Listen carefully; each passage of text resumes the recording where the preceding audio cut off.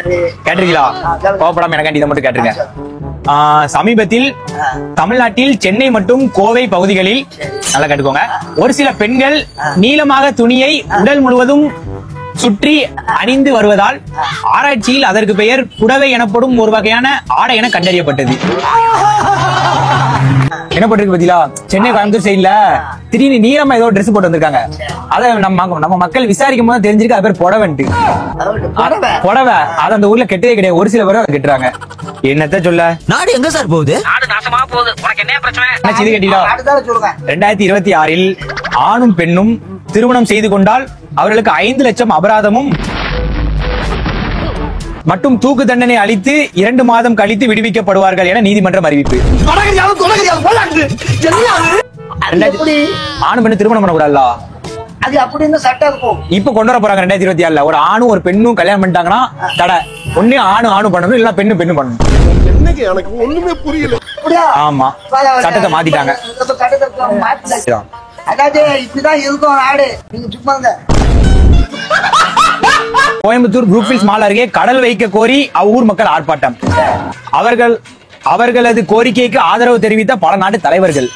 இதை பின்தொடர்ந்து சூரியனிலும் கடல் வைக்கதாக நாசா முயற்சி.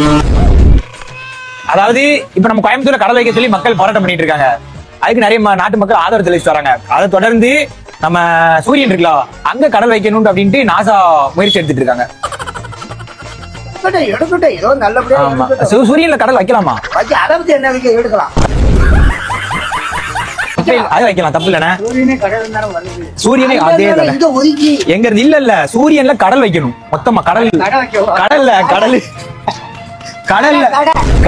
சூரியன்ல கடலு. அவனை செத்தங்கடா, அவன் உங்ககிட்ட மாட்டலடா, நீங்க தாண்டா அவங்க கிட்ட மாட்டிருக்கீங்க. ஜல்லிக்கட்டு போட்டியில் ஒட்டகத்தை அடைக்க முடியும்.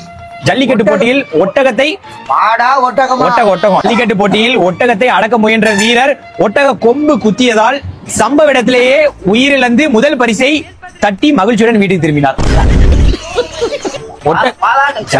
ஜல்லிக்கட்டு போட்டியில ஒட்டகத்தை அடக்க போகும்போது ஒட்டகத்தோட கொம்பு இருக்கு தெரியுமா, அது அவர் மேல குத்தி இறந்துட்டாரு. இறந்தது மட்டும் இல்லாம முதல் பரிசு வாங்கிட்டு மகிழ்ச்சியோட வீட்டுக்கு போயிட்டாரு. ஆமா, நம்ம விசாரிச்சுல நீ இருக்கிற ஊர்ல நான் இருக்க மாட்டேன்டா, நான் போறேன்டா. சரி, படிக்க ஆரம்பிச்சிட்டானா? வால்பாறை அருகே யானை இளைஞர் ஒருவர் தலையில் மிதித்ததில் அவருக்கு முடி கொட்டியது. சிகிச்சைக்காக மருத்துவமனையில் அனுமதிக்கப்பட்ட அமெரிக்காவில் இருந்து ஸ்பெஷல் டாக்டர் திவாகர் இறக்குமதி. அமெரிக்காவில் வாஷிங்டன் மாகாணத்தில் காளை ஒன்று 60 வயது மூதாட்டிக்கு முத்தம் கொடுத்ததால் மூதாட்டி சம்பவ இடத்திலேயே உயிரிழந்தார்.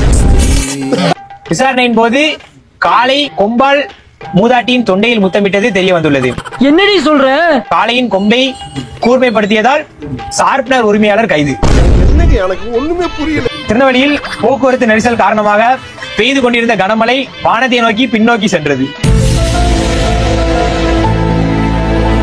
கோயம்பேடு சந்தையில் ஆங்கிலர் ஃபிஷ் என்னும் பிளாக் டெவில், கோவை சந்தையில் ஆங்கிலர் என்னும் பிளாக் ஃபிஷ் டெவில் கருவாடு கிலோவிற்கு 150 உயர்வு. மற்றும் ஓர் ஃபிஷ் கிலோவிற்கு 2000 ரூபாய் உயர்வு. பிளாக் டெவில் என்னன்னு தெரியுமா? பிளாக் டெவில் ஃபிஷ் தான் உங்களுக்கு தெரியுமா? கடல்ல இருந்து 2000 அடி ஆழத்துல இருந்து மேல வந்து ஒரு மீன். அது இப்ப சந்தையில கம்மியான ரேட்ல கொடுத்துட்டு இருக்காங்க.